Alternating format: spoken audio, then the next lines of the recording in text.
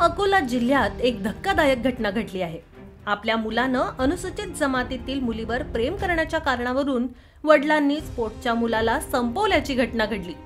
ही घटना अकोला जिल्ह्यातील पिंजर police station हद्दीत घडली आहे।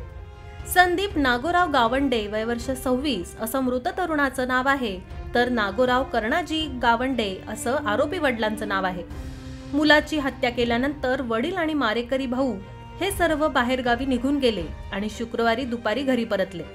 पोलीस सूत्रांनी दिलेल्या माहितीनुसार अकोला बार्शी टाकळी तालुक्यात टिटवा गाव आहे। या गावात नागोराव गावंडे हे वास्तव्यास आहेत।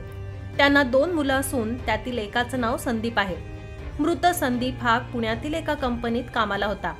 दरम्यान संदीपचं गावातील एका अनुसूचित जमातीतील कुटुंबातील मुलीशी प्रेमसंबंध होते।